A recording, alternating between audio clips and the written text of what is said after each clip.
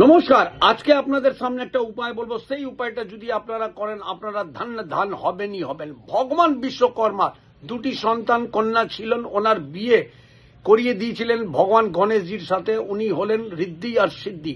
ওনার দুটি সন্তান হলেন শুভ আর লাভ।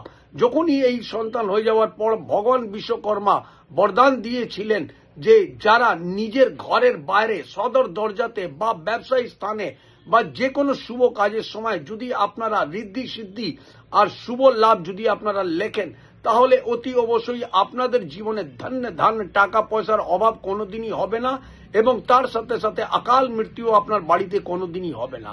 তাহলে আপনারা যদি নিজের বাড়িতে ঋদ্ধি সিদ্ধি বা শুভ লাভ যদি না লিখে থাকেন, তাহলে আজকেই আপনারা লিখুন, মেটে সিঁদুর বা সিঁদুর মধ্যে আসল ঘি লাগিয়ে আপনারা সদর দরজার বাইরে শুভ লাভ আর ঋদ্ধি সিদ্ধি লিখুন। দেখুন, টাকা পয়সার অভাব আর